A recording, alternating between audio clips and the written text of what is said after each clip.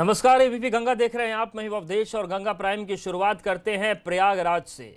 संगम नगरी प्रयागराज में एक दरोगा की दबंगई का ऐसा मामला सामने आया जो हैरान कर देगा। आप तस्वीर देखिए। इलाके में फुटपाथ पर लगने वाली सब्जी मार्केट में दुकानों पर सोशल डिस्टेंसिंग का पालन नहीं होने से वर्दी के नशे में चूर दरोगा ने सब्जियों को पुलिस वैन से कुचल दिया। दरोगा की इस दबंगई से दर्जनों गरीब दुकानों की हजारों रुपए की सब्जियां खराब हो गईं। दरोगा के इस करतूत से जो डरे सहमे दुकानदार थे अपना विरोध भी नहीं जता सके, दूर भागकर खड़े हो गए। बहरहाल मामला जब महकमे के आला अफसरों तक पहुंचा तो हड़कंप मच गया। एसएसपी सत्यार्थ अनिरुद्ध पंकज ने दबंगई दिखाने वाले दरोगा को लाइन हाजिर कर दिया है। साथ ही पूरे मामले में जांच बिठा दी गई। तो ये तस्वीर आप देखिए, प्रयागराज की तस्वीरें हैं और यहां पर किस तरीके से मतलब बैग गाड़ी से भी सब्जियां कुचली जा रही हैं। उसकी चपेट में कोई व्यापारी भी आ सकता है, इसका भी ख्याल नहीं रखा गया। प्रयागराज से मोहम्मद मोइन हमारे साथ जुड़ गए हैं। मोइन, ये कहां की तस्वीरें हैं? जो गुंडे हैं, बदमाश हैं, अपराधी हैं, उनके खिलाफ तो इतनी मुस्तैदी पुलिस की नहीं दिखती प्रयागराज में। बिल्कुल, ये प्रयागराज के यमुना पार इलाके के घूरपुर थाना क्षेत्र का मामला है। यहाँ सब इंस्पेक्टर सुमित आनंद हैं, वो गए हुए थे और उन्होंने इस तरह से गाड़ी चला करके सरकारी जीप, और उन्होंने जो कबूल किया है उसमें ये बात उन्होंने मानी है कि हाँ, वो गाड़ी खुद ही चला रहे थे। तो वो मतलब बिल्कुल लगता ही नहीं है कि हम एक डेमोक्रेटिक कंट्री में हैं। बिल्कुल तानाशाही रवैया उन्होंने अपनाया और एकदम साफ तौर पर कहा जा सकता है कि ये गुंडागर्दी का मामला है। तो जो बड़े अधिकारी हैं, वीडियो वायरल होने के बाद उन्होंने काफी गंभीरता से लिया है। इनके खिलाफ कई तरह की कार्रवाई की गई है। सबसे पहले इनको सस्पेंड कर दिया गया है। इसके अलावा इनको जिले से ट्रांसफर करने की सिफारिश की गई है ऊंचे अधिकारियों की तरफ से। और तीसरा, एक किसानों को जो नुकसान हुआ है, जो दुकानदारों का नुकसान हुआ है, प्रशासन उसका आकलन करा रहा है और उनको ये भरोसा दिलाया गया है कि उनका जो भी नुकसान हुआ है प्रशासन की तरफ से उसकी भरपाई कराई जाएगी। बिल्कुल मोइन, ये जो तस्वीर सामने आ रही है, क्या यहाँ पर पहले लोगों को ताकीद की गई थी या फिर भरी भीड़ में ही गाड़ी ये दरोगा जी दौड़ाने लगे? नहीं, जो दरोगा ने अपने बचाव में बात कही है, अपने बड़े अधिकारियों को बताया है, मीडिया को भी अब से कुछ देर पहले उन्होंने बयान दिया है। उनका ये कहना है कि वो पहले एक बार गए थे, वहां पर लोगों को हिदायत दे करके आ गए थे, लेकिन वो लोग माने नहीं। जब वो दोबारा वहां पर पहुंचे तब भी उन्होंने देखा कि वहां भीड़ लगी हुई है और सोशल डिस्टेंसिंग का पालन नहीं हो रहा है, तब उन्होंने इस तरीके का कदम उठाया। हालांकि इसको किसी भी स्तर पर वो जायज नहीं ठहराया जा सकता है, किसी भी स्तर पर इसको ठीक नहीं ठहराया जा सकता है। और यही वजह है कि विभाग ने उनके खिलाफ अब सख्त एक्शन लेना शुरू कर दिया गया है। उनको सस्पेंड कर दिया गया है, साथ ही साथ उनको प्रयागराज से दूसरे जिले में ट्रांसफर करने की सिफारिश कर दी गई है। और तीसरा काम ये किया गया है कि जो नुकसान हुआ है उसका आकलन कराया जा रहा है, ताकि जिन दुकानदारों का नुकसान हुआ है, गरीब दुकानदार हैं, कोरोना काल में काफी उनको नुकसान हुआ है, तो उनके नुकसान की भरपाई प्रशासन की तरफ से की जाएगी।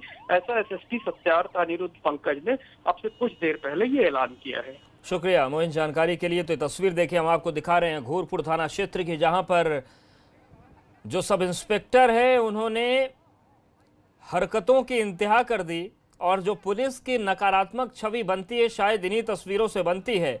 सोशल डिस्टेंसिंग का पालन नहीं हो रहा था तो सब इंस्पेक्टर गाड़ी लेकर सब्जियों को कुचलना उन्होंने शुरू कर दिया।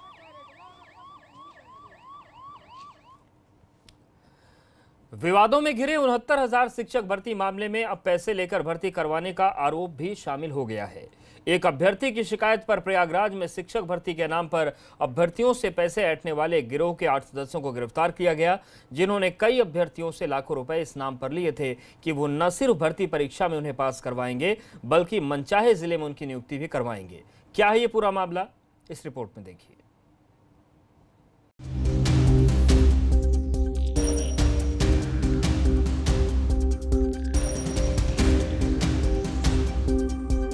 प्रयागराज के सोराव थाने में खड़े ये लोग एक शातिर गिरोह के सदस्य हैं। इन सभी पर आरोप है कि ये लोग 69,000 शिक्षक भर्ती में कई अभ्यर्थियों से पैसा लेकर उन्हें पास करवाने और उनकी नियुक्ति करवाने का ठेका लेते थे। यूपी के प्राइमरी स्कूलों में सहायक अध्यापकों के 69,000 पदों पर होने वाली भर्ती प्रक्रिया से विवादों का नाता टूटने का नाम नहीं ले रहा है। इलाहाबाद हाई कोर्ट की लखनऊ बेंच ने इस मामले में 2 दिन पहले यानी 3 जून को पूरी भर्ती प्रक्रिया पर अगले आदेश तक के लिए रोक लगा दी थी। तो वहीं आज प्रयागराज में इस भर्ती में नियुक्ति देने के नाम पर लोगों से, अभ्यर्थियों से लाखों रुपए वसूले जाने का सनसनीखेज मामला सामने आया है। इस गिरोह का खुलासा राहुल सिंह नाम के एक अभ्यर्थी की वजह से हुआ, जिसने खुद टीचर बनने के लिए भर्ती परीक्षा में पास होने और भर्ती की लिस्ट में अपना नाम डलवाने के लिए मोटी रकम दी थी। लेकिन जब लिस्ट में उनका नाम नहीं आया तो राहुल सिंह ने इस भर्ती गिरोह के सदस्य से अपने पैसे वापस करने की मांग की। लेकिन भर्ती के नाम पर ऐंठे पैसे नहीं मिले तो राहुल सिंह ने पुलिस से मामले की शिकायत की, जिस पर पुलिस ने 8 लोगों को गिरफ्तार किया है, जिनमें केएल पटेल नाम का शख्स मुख्य आरोपी है, जो स्वास्थ्य विभाग में अफसर है और पहले जिला पंचायत का सदस्य रह चुका है।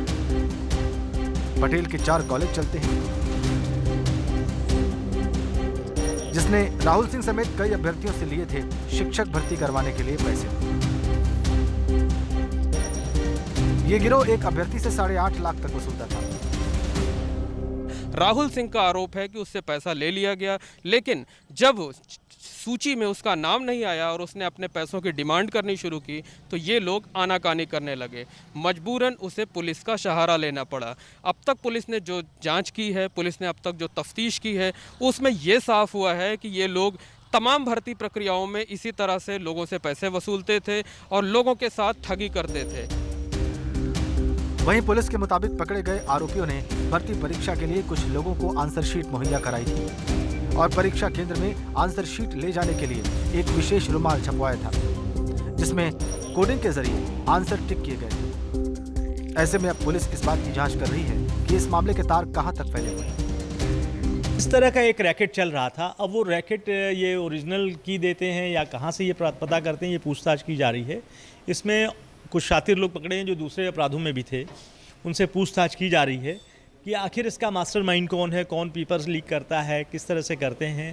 कुछ गैजेट्स भी मिले हैं, गाड़ियाँ जो इन लोगों के पास पैसा है, इन्होंने गाड़ियाँ कैसे इतनी खरीदी, तो गाड़ियाँ 2 सीज की गई हैं। 5 लोग इसमें गिरफ्तार किए गए हैं, जिन्होंने स्वीकार किया है कि वो लोगों से चीट करके पैसा लेते हैं और परीक्षा में मदद कराते हैं। सहायक शिक्षक भर्ती में फर्जीवाड़ा करने के आरोप में गिरफ्तार आरोपियों से पुलिस ने लग्जरी गाड़ियां, भारी मात्रा में नकदी और कई फर्जी दस्तावेज भी बरामद किए। और अब पुलिस इस बात की पड़ताल कर रही है कि शिक्षक भर्ती के अलावा भी ये लोग किन भर्ती परीक्षाओं में ठगी का गिरोह चलाते थे। अब पुलिस इस मामले में कई लोगों को हिरासत में लेकर पूछताछ कर रही है, जबकि गिरोह के से जुड़े हुए कई अन्य लोगों की तलाश में छापेमारी भी की जा रही है। वहीं दूसरी तरफ बात करें तो प्रयागराज रेंज के जो आईजी केपी सिंह हैं, उनका ये कहना है कि ये बहुत बड़ा मामला है, इसलिए इस मामले में अब एसटीएफ की मदद ली जाएगी, क्योंकि एसटीएफ इस तरह के मामलों का खुलासा करने में, जांच करने की एक्सपर्ट है। इसलिए अब इस मामले को प्रयागराज पुलिस के साथ साथ एसटीएफ से भी जोड़ा जाएगा, उसकी मदद ली जाएगी ताकि गिरोह का पता लगाया जा सके और मामले के तह तक पहुंचा जा सके। कैमरामैन रोहित श्रीवास्तव के साथ मोहम्मद मोइन, एबीपी गंगा, प्रयागराज। बेसिक शिक्षा विभाग में एबीपी गंगा के खुलासे पर एक बार फिर खबर का असर हुआ है। यूपी के कस्तूरबा गांधी विद्यालय में तैनात एक महिला शिक्षक के 25 स्कूलों में कार्यरत की खबर पर बेसिक शिक्षा मंत्री सतीश द्विवेदी ने कहा कि पूरे मामले की जांच कराई जाएगी और कस्तूरबा गांधी विद्यालय के सभी शिक्षकों की जांच होगी। साथ ही मामले में जो भी दोषी होगा उसके खिलाफ सख्त कार्रवाई होगी। असल में खबर मिली थी कि महिला शिक्षक एक साथ 25 स्कूलों में तैनात हैं, उसे सिर्फ 13 महीने में ही करीब 1 करोड़ रुपए की सैलरी मिल गई।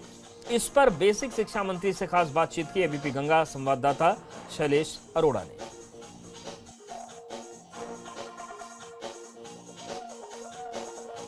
उत्तर प्रदेश के कस्तूरबा गांधी बालिका विद्यालय में ऐसा मामला सामने आया है जिसे सुनने के बाद आप भी हैरत में पड़ जाएंगे।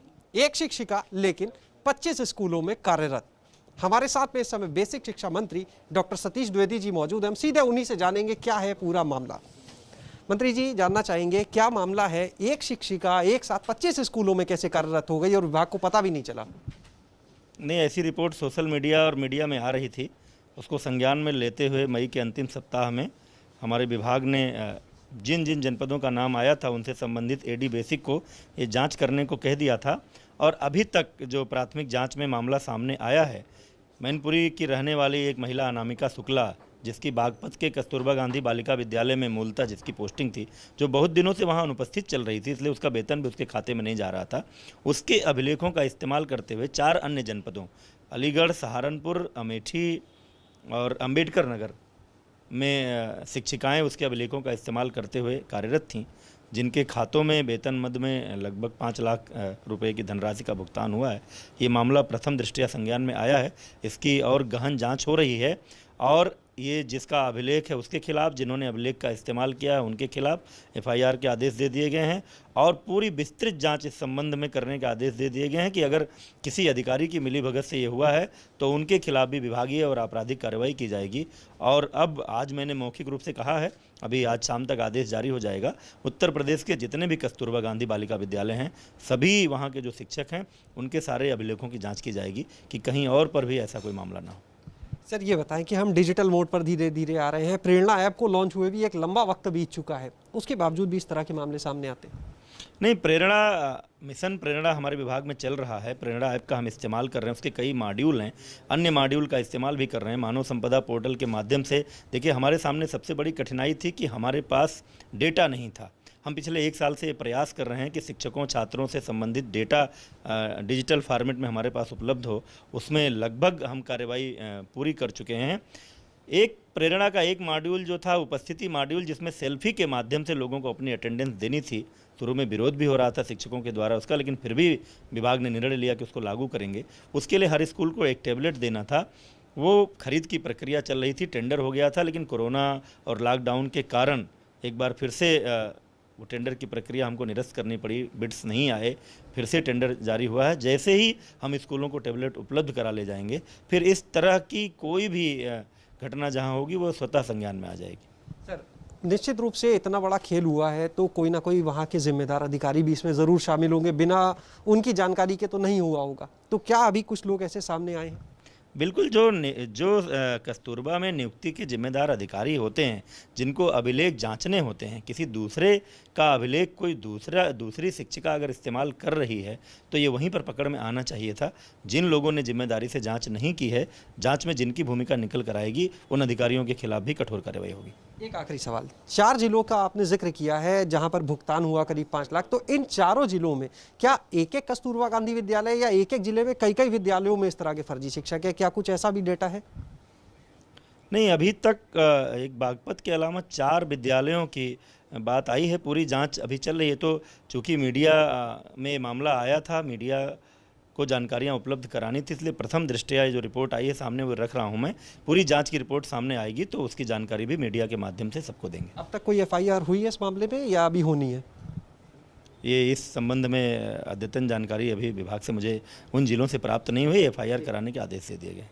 बहुत बहुत शुक्रिया बात करने के लिए। तो आपने देखा किस तरह से एक शिक्षिका के दस्तावेज इस्तेमाल करके कई और लोग अन्य जिलों में नौकरी कर रहे थे, और अब जब विभाग के सामने मामला आया है तो उन सब के खिलाफ तो कार्रवाई की ही जाएगी, लेकिन साथ ही अब प्रदेश के 746 कस्तूरबा गांधी विद्यालय में जितने भी शिक्षक कार्यरत हैं उनकी भी जाँच होगी।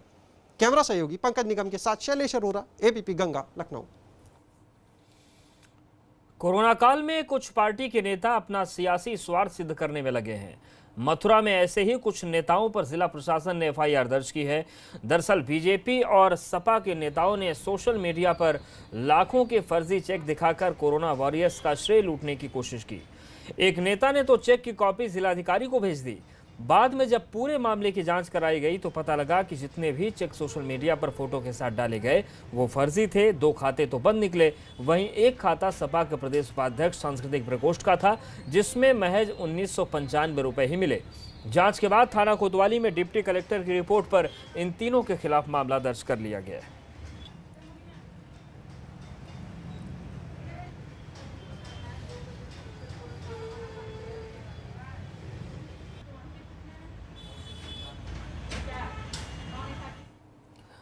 अंबेडकर नगर में सफाई कर्मी के कोरोना पॉजिटिव निकलने के बाद अब जिला अस्पताल के सीएमएस की कोरोना रिपोर्ट भी पॉजिटिव आने से जिले के स्वास्थ्य विभाग में हड़कंप मचा हुआ है। इसके बाद पूरे अस्पताल को सील कर दिया गया। बताया जा रहा है कि सफाई कर्मी में कोरोना की पुष्टि होने के बाद सीएमएस की भी तबीयत खराब थी, जिसके बाद उनका सैंपल भी जाँच के लिए भेजा गया था, जिसकी रिपोर्ट पॉजिटिव आ गई।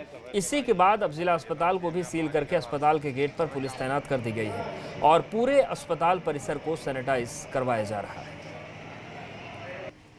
जिला चिकित्सालय अंबेडकर नगर के सीएमएस डॉक्टर एसपी गौतम साहब की कल अचानक तबीयत खराब हुई थी, जिससे उनका कोविड टेस्ट कराया गया और उनको एसजीपीजीआई लखनऊ रेफर किया गया। कोविड टेस्ट पॉजिटिव आया। अस्पताल को 24/48 आवर्स के लिए सैनिटाइजेशन के लिए उसको बंद कर दिया गया है। इसको सैनिटाइजेशन कराया जा गया है और इसमें जो लोग रहते हैं उनका सर्वे करा के उनको क्वारंटाइन की व्यवस्था की जा रही है। बलरामपुर में मजदूरों को बांटे जाने वाली राशन सामग्री में बड़ी गड़बड़ी का मामला सामने आया। दरअसल जिले में मजदूरों को जो राशन सामग्री बांटी जा रही है उस किट में दाल, चावल और तेल की मात्रा कम करके किट में सड़ा हुआ आलू भी दिया जा रहा है। मजदूरों की तरफ से इस बात की शिकायत की गई तो खुद एसडीएम साहब राशन सेंटर का जायजा लेने पहुंच गए और राशन सामग्री किट में खराब आलू देखकर नाराज हो गए। वहीं जब किट की माप करवाई गई तो उसमें भी चावल, दाल और तेल तय मात्रा से काफ़ी कम मिले। इसके बाद एसडीएम ने तुरंत ही आलू की आपूर्ति पर रोक लगा दी और राशन किट की सप्लाई करने वाली संस्था तराई एनवायरमेंट अवेयरनेस समिति को नोटिस जारी करते हुए मामले की जांच के आदेश दे दिए। जितने भी स्क्रीनिंग सेंटर्स हैं उस पर एक नोडल ऑफिसर्स को अपॉइंट किया गया है। ये रेगुलर डेली मॉनिटरिंग कर रहे हैं। थोड़ा बहुत निकल के आता है, जैसे अगर 2 दिन से किट वहाँ पे अगर डंप किया हुआ है तो आलू सड़ने की सूचना आ रही है, उसको सेम डे निकलवा के या तो चेंज कराया जा रहा है या बिल से कटौती करके होम डिलीवरी कराया जा रहा है। और आगे बढ़ते हैं और अब बात करते हैं कोरोना संक्रमण की तेजी से बढ़ रही इस कड़ी को तोड़ने के लिए सरकार की तरफ से लगातार सोशल डिस्टेंसिंग का पालन करने की अपील की जा रही है, लेकिन जिन लोगों पर नियमों का पालन करते हुए जनता के लिए नज़ीर पेश करने की जिम्मेदारी है वही लोग खुलेआम सोशल डिस्टेंसिंग का उल्लंघन करते हुए नजर आ रहे हैं।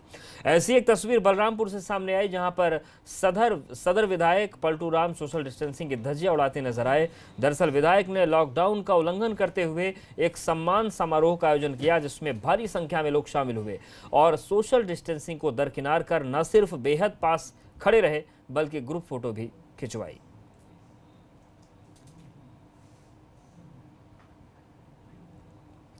तो बलरामपुर की ये तस्वीर हम आपको दिखा रहे हैं जहां पर सम्मान समारोह था, लेकिन बड़ी संख्या में लोग शामिल हो गए और उसके बाद यहां पर सोशल डिस्टेंसिंग की जो नियम थे वो पूरी तरीके से टूट गए।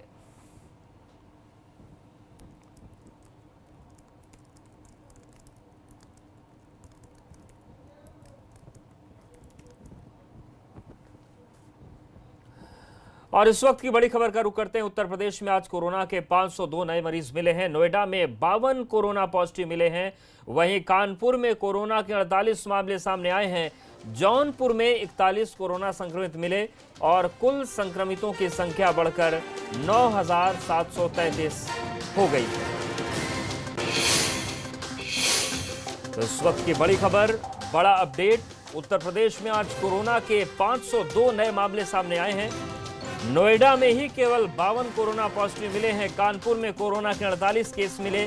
जौनपुर में 41 कोरोना संक्रमित मिले हैं और कुल संक्रमितों की संख्या बढ़कर अब 9,733 तक पहुंच गई। शैलेश हमारे साथ जुड़ गए। शैलेश, क्या जानकारी है? अब देखिए, ये अभी तक के जब से कोरोना का समय चल रहा है सबसे ज्यादा आंकड़े हैं। इतने पॉजिटिव केस एक दिन में आज से पहले कभी नहीं आए हैं। एक दिन में यानी पिछले 24 घंटे में 502 नए कोरोना पॉजिटिव आए हैं और जो आंकड़ा है पूरे प्रदेश का वो 9,733 यानी लगभग 10,000 के करीब पहुंच चुका है। और अगर बात करें जो सबसे ज्यादा प्रभावित जिले हैं, अगर ये बात की जाए तो नोएडा में पिछले 24 घंटे में 51 केस आए हैं। कानपुर, यहाँ पर पिछले 24 घंटे में 48 नए केस रिकॉर्ड किए गए हैं। तो ये 2 जिले जो हैं, अकेले इन 2 जिलों ने ही बहुत बड़ी संख्या बढ़ाई है। और इसके अलावा जो बाकी जिले हैं प्रदेश के, वहां पर भी बड़ी संख्या में केस आ रहे हैं, चाहे आगरा हो, चाहे मेरठ हो, चाहे लखनऊ हो। लखनऊ की बात करें तो 18 कोरोना पॉजिटिव पिछले 24 घंटों के अंदर सामने आए हैं, जिनमें जीआरपी के जवान भी शामिल है, यानी खुद कोरोना वॉरियर्स जो है वो इसमें शामिल है। इसके अलावा अगर बात करें टोटल संख्या को लेकर, तो आगरा में जो संख्या है वो 928 पहुंच चुकी है। कई जिले हैं जहां पर संख्या 400, 500 के पार चल रही है। नोएडा में इस समय 609 कोरोना पॉजिटिव हो चुके हैं। एक्टिव केस की अगर हम बात करते हैं तो इससे पहले एक्टिव केस की संख्या जो थी वो बहुत ज्यादा नहीं हुआ करती थी, क्योंकि बहुत सारे मरीज डिस्चार्ज हो रहे थे। लेकिन आज ये हालत है कि प्रदेश में जो कोरोना के एक्टिव केस है उनकी संख्या भी 3800 को पार कर चुकी है, यानी 3828 एक्टिव केस है आज की तारीख में उत्तर प्रदेश में, जिनका आइसोलेशन वार्ड में या अलग अलग जगह पर इलाज चल रहा है। इनमें सबसे बड़ी संख्या जो है वो नोएडा में है। नोएडा में आज की तारीख में 292 कोरोना के ऐसे मरीज हैं जो अभी भी जिनका इलाज चल रहा है, जो आइसोलेशन वार्ड में भर्ती है। इसके अलावा आगरा, मेरठ, लखनऊ, कानपुर, गाजियाबाद, बिल्कुल मामले तेजी के साथ बढ़ रहे हैं और उपाय यही है कि लोग सतर्क रहें। शुक्रिया आपका जानकारी और अपडेट्स को देने के लिए शैलेश। और यहां पर वक्त एक छोटे से ब्रेक का है।